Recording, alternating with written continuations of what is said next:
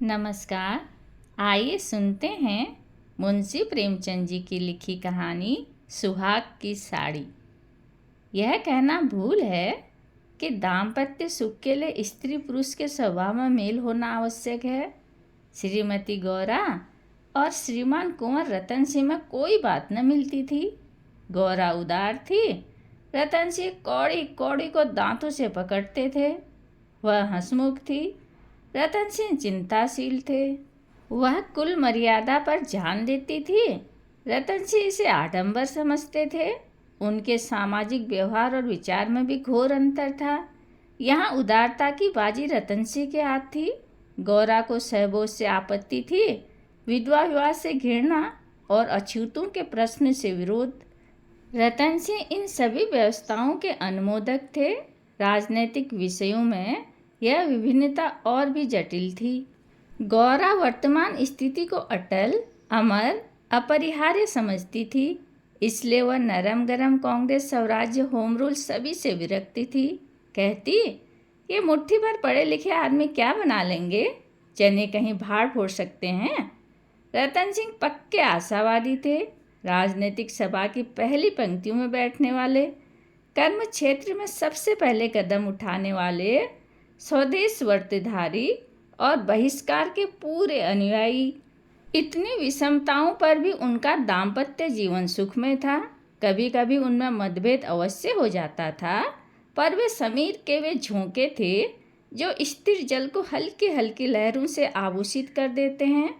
वे प्रचंड झोंके नहीं जिनसे सागर विप्लव क्षेत्र बन जाता है। थोड़ी सी सदिच्छा सारी विषमताओं और मतभेदों का प्रतिकार कर देती थी। विदेशी कपड़ों की होलियां जलाई जा रही थी। स्वयं सेवकों और जत्थे भिखारियों की भांति द्वारों पर खड़े हो होकर विलायती कपड़ों की भिक्षा मांगते थे, और ऐसा कदाचित ही कोई द्वार था जहां उन्हें निराश होना पड़ता हो। खद्दर और गाड़े के दिन फिर गए थे। नयन सुख नयन दुख, मलमल और तंजेब तनबेद हो गए थे। रतन सिंह ने आकर गौरा से कहा, लाओ अब सब विदेशी कपड़े संदूक से निकाल दो, दे दूं। गौरा, अरे तो इसी घड़ी कोई शायद निकली जाती है, फिर कभी दे देना। रतन, वाह, लोग द्वार पर खड़े कोलाहल मचा रहे हैं और तुम कहती हो फिर कभी दे देना।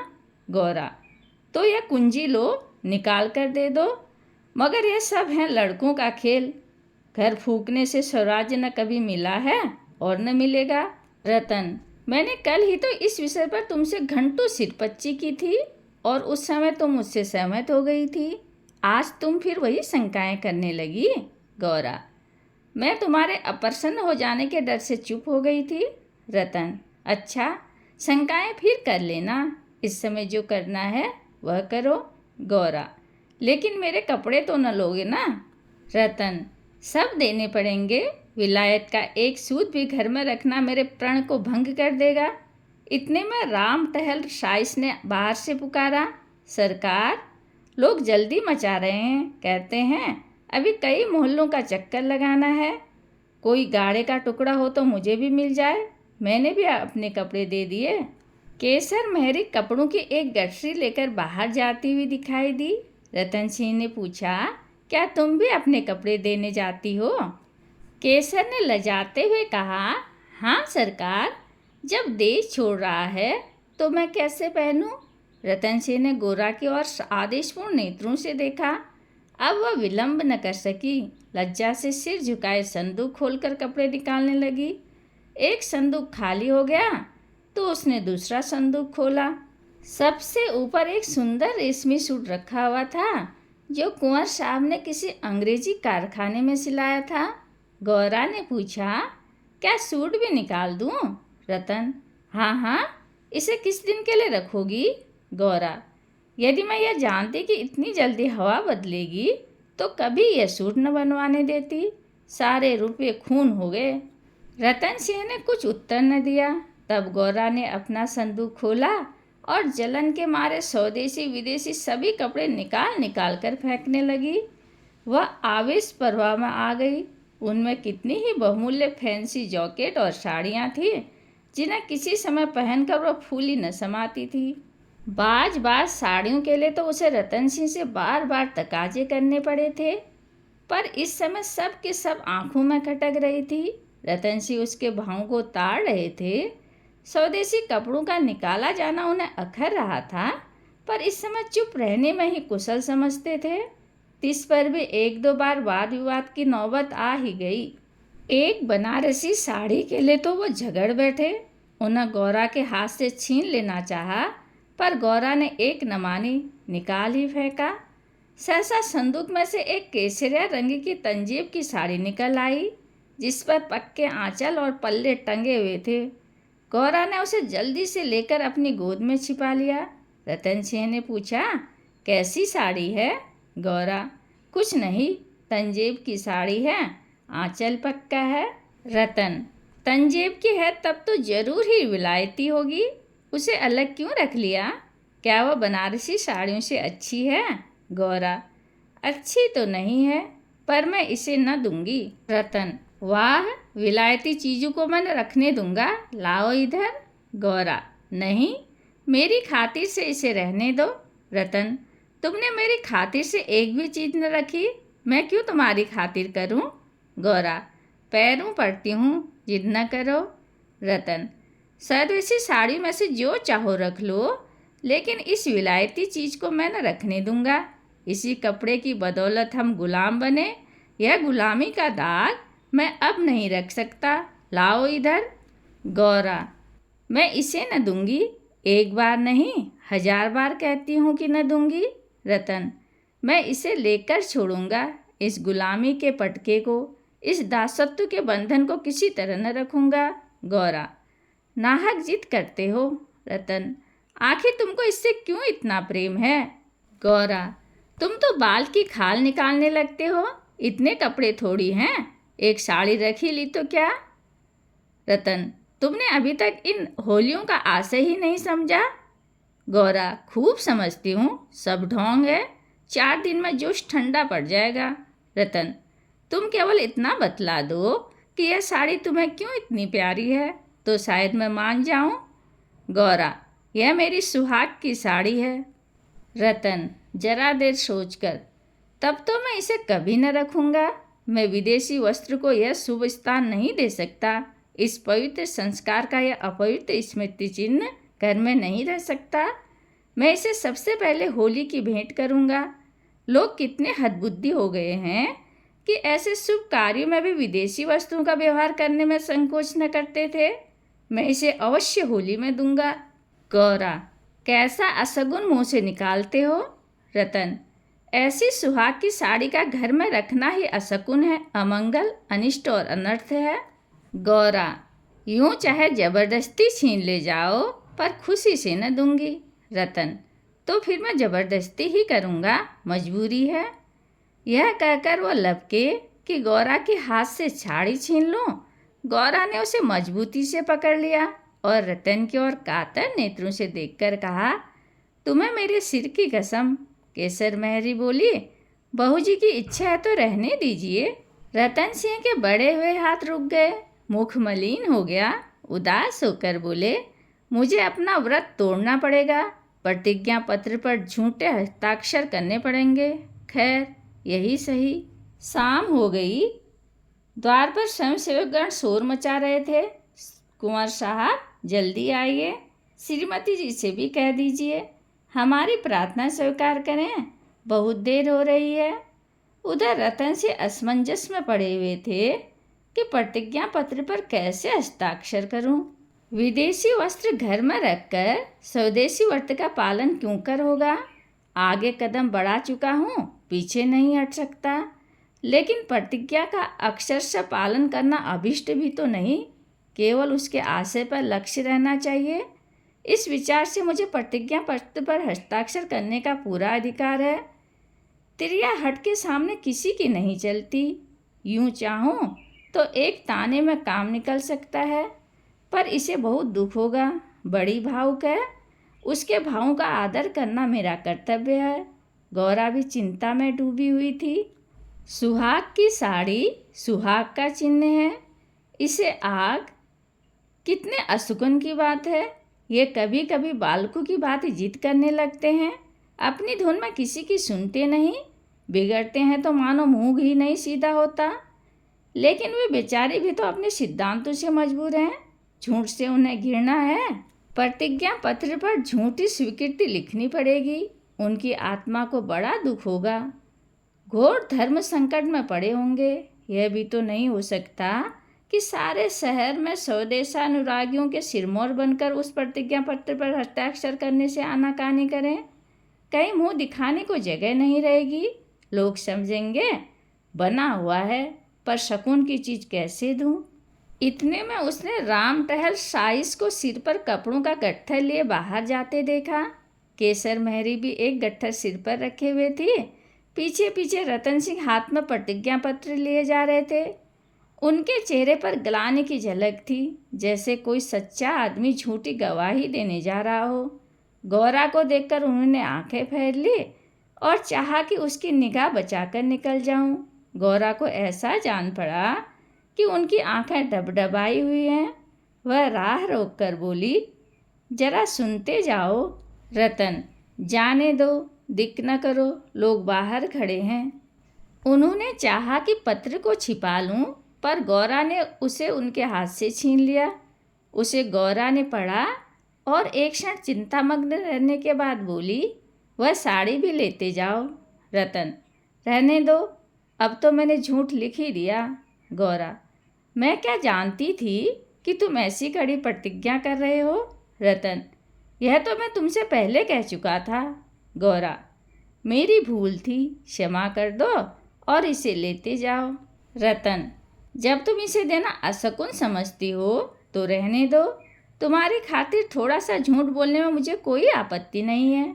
गौरा, नहीं, लेते जाओ, अमंगल के भय से तुम्हारी आत्मा का हनन नहीं करना चाहती। यह कहकर उसने अपनी सुहाग की साड़ी उठाकर पति के हाथों में रख दी। रतन ने देखा, गौरा के चेहरे पर एक रंग आता है, एक रंग जाता है, जैसे कोई रोगी अंतरस्थ विषम वेदना को दबाने की चेष्टा कर रहा हो। उन्हें अपनी असहृदयता पर लज्जा आई। हाँ, केवल अपने सिद्धांत की रक्षा के लिए, अपनी आत्मा के सम्मान के लिए मैं इस देवी के भावों का वध कर रहा हूँ। यह अत्याचार है। साड़ी गौरा को देकर बोले, तुम इसे रख लो, मैं प्रतिज्ञा पत्र को फाड़े डालता हूँ। गौरा ने दृढ़ता से कहा, तुम न ले जाओगे तो मैं खुद जाकर दे आऊँगी। रतन सिंह विवश हो गए, साड़ी लिए और बाहर चले आए। उसी दिन से गौरा के हृदय पर एक बोझ सा रहने लगा। वह दिल बहलाने के लिए नाना उपाय करती, जलसों में भाग लेती, सैर करने जाती, मनोरंजक पुस्तकें पढ़ती, यहाँ तक कि कई बार नियम के विरुद्ध थिएटरों में भी गई।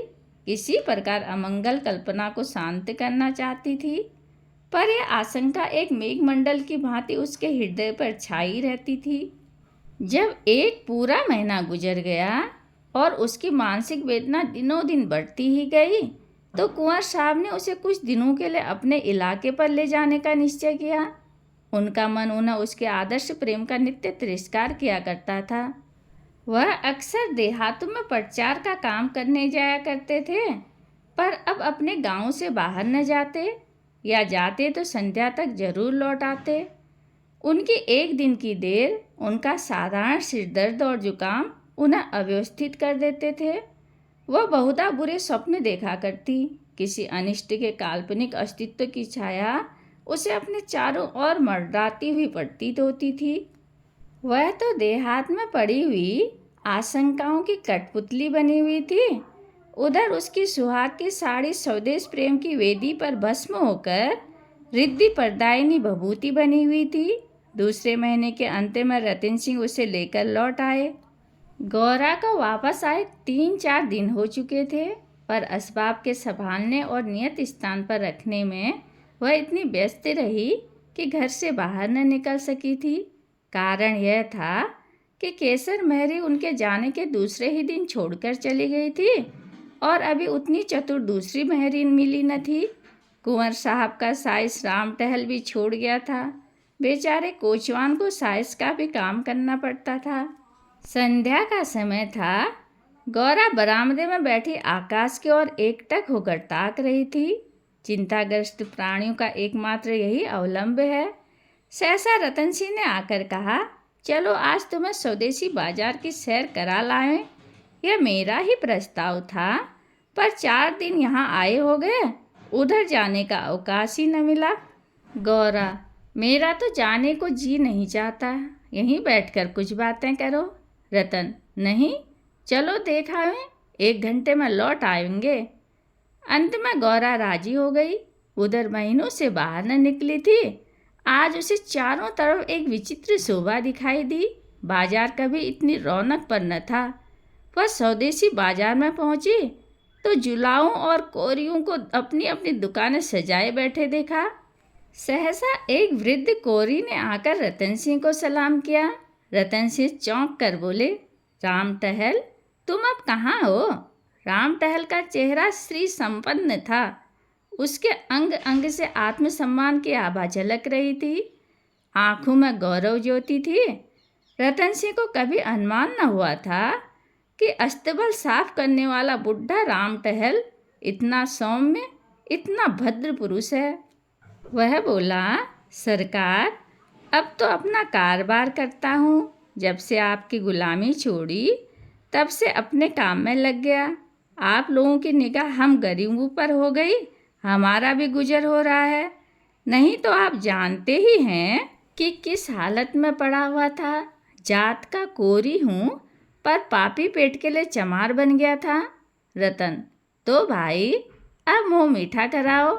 यह बाजार लगाने की मेरी ही सलाह थी, बिक्री तो अच्छी होती है। राम टहल, हाँ सरकार, आजकल खूब बिक्री हो रही है, माल हाथों हाथ उड़ जाता है। यहाँ बैठते हुए 1 महीना हो गया है, पर आपकी कृपा से लोगों के 4 पैसे थे, वे बेबाक हो गए। भगवान की दया से रूखा सूखा भोजन भी दोनों समय मिल जाता है, और क्या चाहिए। मालकिन की सुहाग की साड़ी का होली में आना कहिए और बाजार का चमकना कहिए। लोगों ने कहा, जब इतने बड़े आदमी होकर ऐसे शकुन की चीज़ की परवाह नहीं करते, तो फिर हम विदेशी कपड़े क्यों रखें। जिस दिन होली जली है उसके 2-3 दिन पहले ही सरकार इलाके पर चले गए थे। उसके पहले भी सरकार कई दिनों तक घर से बहुत कम निकलते थे। मैं तो यही कहूँगा कि यह सारी माया उसी सुहाग की साड़ी की है। इतने में एक अधेड़ स्त्री गौरा के सामने आकर बोली, बहू जी, मुझे भूल तो नहीं गई। गौरा ने सिर उठाया तो सामने केसर मेहरी खड़ी थी। वह सुंदर साड़ी पहनी हुई थी, हाथ पांव में मामूली गहने भी थे, चेहरा खिला हुआ था।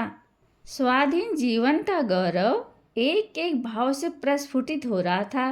गौरा ने कहा, इतनी जल्दी भूल जाऊंगी? अब कहाँ हो? हमें लौटते मैंने दिया, बीच में ही उड़ भागी। केसर, क्या करूं सरकार, अपना काम चलते देखकर सब्र न हो सका। जब तक रोजगार न चलता था तब तक लाचारी थी।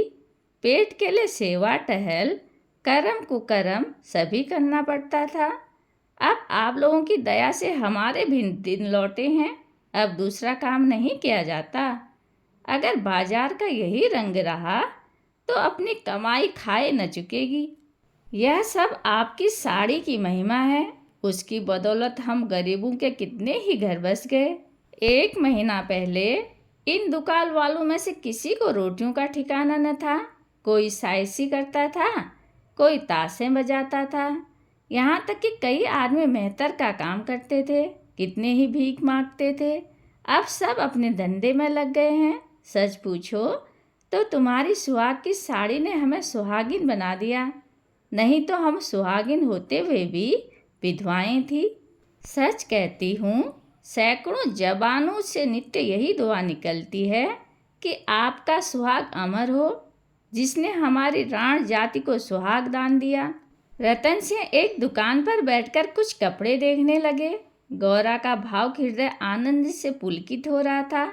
उसकी सारी अमंगल कल्पनाएं स्वप्नवत विच्छिन्न होती जाती थी। आंखें सजल हो गई थी और सुहाग की देवी अश्रु संचित नेत्रों के सामने खड़ी आंचल फैलाकर उसे आशीर्वाद दे रही थी। उसने रतन सिंह को भक्तिपूर्ण आंखों से देखकर कहा, मेरे लिए भी एक साड़ी ले लो। जब गौरा यहाँ से चली तो सड़क की बिजलियाँ जल चुकी थी। सड़कों पर खूब प्रकाश था। उसका हृदय भी आनंद के प्रकाश से जगमगा रहा था। रतन सिंह ने पूछा, सीधे घर चलूं? गौरा, नहीं, छावनी की तरफ होते चलो। रतन, बाजार खूब सजा हुआ था।